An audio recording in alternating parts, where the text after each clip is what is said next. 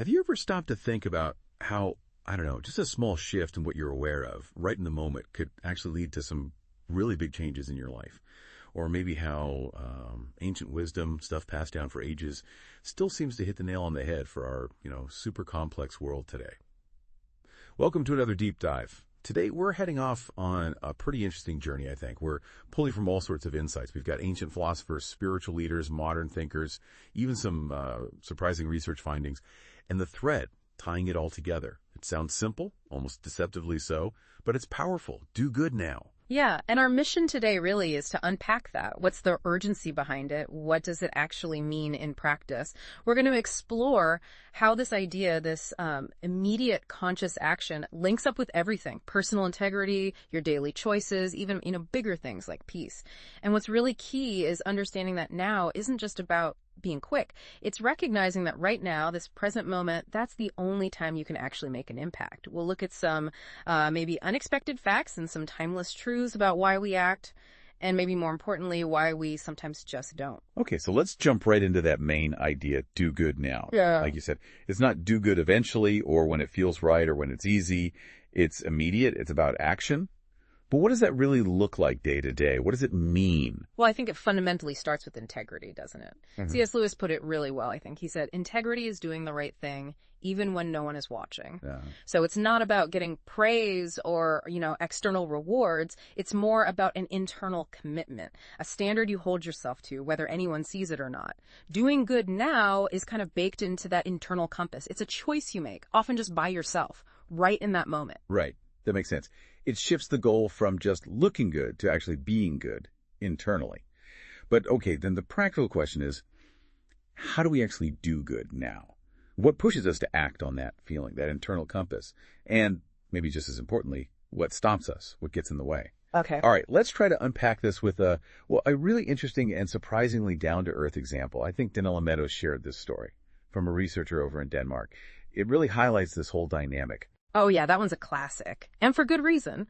It goes back to 1973, I believe, an Amsterdam suburb. They did this study in a neighborhood where all the houses were basically the same, almost identical, except for one key thing where the electric meter was placed. Okay. In some houses, the meter was tucked away down in the basement, out of sight, out of mind, basically. But in the others, they put the meter right there in the entrance hall. Really prominent. You couldn't miss it walking in or out. Huh. So what happened? Did moving the meter actually change anything? It changed a lot. It was pretty striking, actually. The researchers made sure everything else was comparable, same types of families, similar houses. But the houses with those visible meters, where people saw their energy usage constantly, they used a third less electricity. A third, just from seeing the meter. 1/3 less, compared to the neighbors whose meters were hidden away. Wow. That's huge for such a small change.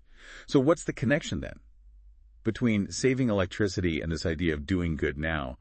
Is it about needing an internal moral meter that's always visible? That's exactly the insight, I think. The meter itself didn't nag them or anything. It just made the invisible visible. It showed them the immediate result, the consequence of flipping a switch, of leaving a light on. Right. And when we can see the impact of what we're doing, whether it's using energy or maybe how we talk to our kids or a choice about honesty, we just sort of naturally want to do better. And the now part is critical there too, because that awareness, that little jolt of seeing the meter, it can fade fast if you don't act on it. Okay. So the clarity needs immediate action, otherwise it just dissolves. Exactly. Delay lets the old habits creep back in, or you start making excuses. The power isn't just in seeing the meter, it's that seeing it prompts an immediate choice. You see it, you think, oh, and you adjust right then, now. So awareness coupled with instant action. Okay. That leads us somewhere interesting, maybe a bit paradoxical. This idea, which you find in a lot of ancient thought, that real strength, well, it isn't always about force, is it? Sometimes it's the opposite. Absolutely. Strength through restraint, through finding peaceful solutions instead of just overpowering things. Think about Sun Tzu, the strategist. He said things like, the supreme excellence consists of breaking the enemy's resistance without fighting. Right, I remember that. And also, to subdue the enemy without fighting is the acme of skill. That's not about being weak. It's about smarter strategy. It's using wisdom, not just muscle, and choosing not to escalate right now in that moment. That takes incredible discipline. It really is striking how that idea pops up across different traditions, isn't it? Like, Yeah. what's the common ground between Sun Tzu's strategic thinking and, say, Lao Tzu's philosophy? It seems to be about working with the way things are, rather than fighting against them. Lao Tzu uses that great metaphor of water. He says water is fluid, soft, and yielding, but water will wear away rock. You know the one. Yeah. Which cannot yield and is not fluid. Right. Water doesn't smash the rock. It just persistently, gently wears it down over time. And that connects back to doing good now as this compounding thing. It's not about one big heroic gesture. It's about the steady, patient effort. The small, right choices made now, again and again. Lao Tzu also said something like, the sage doesn't attempt anything very big and thus achieves greatness. It's the consistency. A different kind of power, then, aligned with patience, persistence. How does that idea of non-aggression or maybe restraint show up when things get really tough, like in conflicts or when facing real hostility? Well, you see the same core wisdom in the Buddhist teachings. Famously, hatred is never appeased by hatred in this world. By non-hatred alone is hatred appeased. That's a powerful one. It is. This is the law eternal. And he also said, better than 1,000 hollow words is one word that brings peace. The path isn't fighting fire with fire, it's choosing non-hatred right now, even when you're provoked. And Jesus Christ's teachings, the whole turn the other cheek idea, how does that fit? Because honestly, it can sound passive to a lot of people. Yeah, it can sound that way, but I think it's anything but passive. Jesus said, blessed are the peacemakers. For they will be called children of God. Right.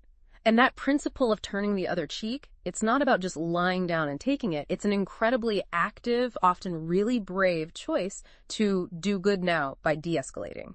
It's choosing a higher path, a path of peace, right in the face of aggression. That takes immense inner strength, not weakness. And then you have figures like Gandhi and Martin Luther King Jr., who really took that principle and ran with it on a massive scale. Exactly.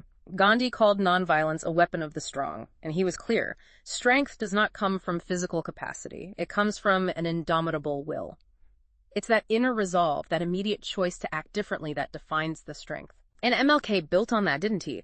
Calling nonviolence a powerful and just weapon, which cuts without wounding and ennobles the man who wields it. It is the sword that heals. It's about healing and justice, not just winning.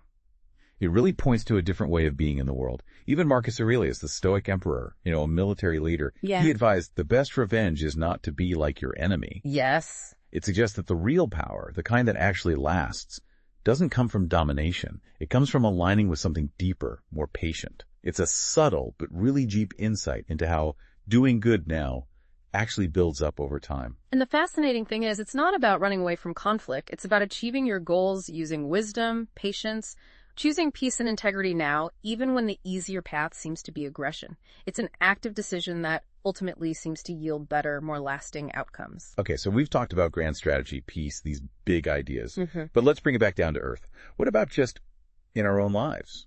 When we mess up, when we don't manage to do good now?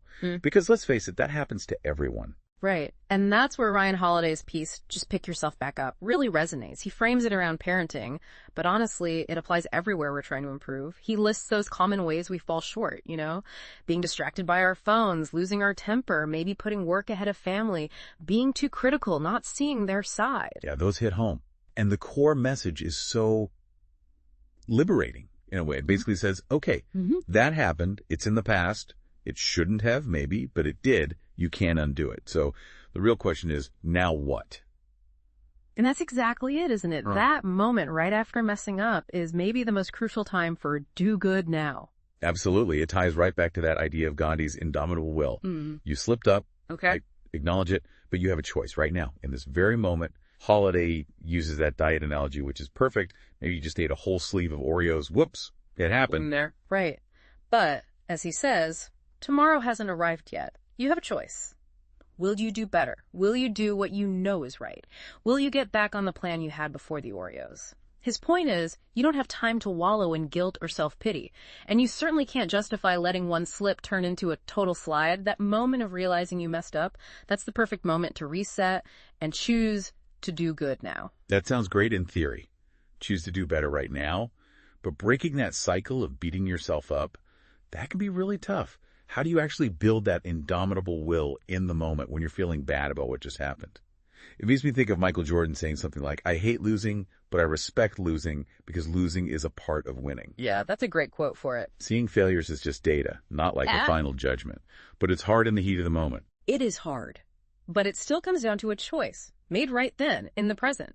You choose to see the mistake as information, as a signal showing you where you need to adjust. Starting now, you choose to pick yourself back up. You remind yourself that the only real failure is the one you don't learn from, or the one that stops you from trying again, from choosing to do good now in the very next instant.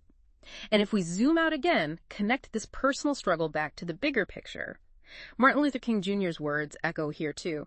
Injustice anywhere is a threat to justice everywhere.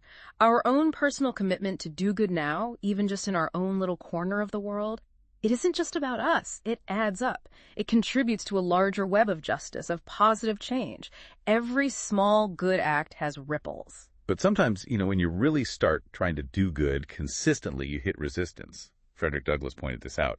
Only as we rise do we encounter opposition. So getting pushback doesn't automatically mean you're on the wrong track. It might actually mean your efforts are having an impact, challenging the way things are. You're doing good now is making waves. That's a really important point. And part of navigating that, part of doing good, even when it's hard or faces opposition, often involves forgiveness. Nelson Mandela had such wisdom on this. Courageous people do not fear forgiving for the sake of peace. It's not about excusing bad behavior. It's about freeing yourself. Wait, it's for your own peace. Exactly. Yeah. Jonathan Lockwood Huey said it perfectly. Forgive others not because they deserve forgiveness, but because you deserve peace. So the urgency of do good now also includes the urgency of letting go of past hurts, ones we've caused, ones done to us. It's a choice for inner peace, and you make that choice now. Okay, so bringing all these threads together.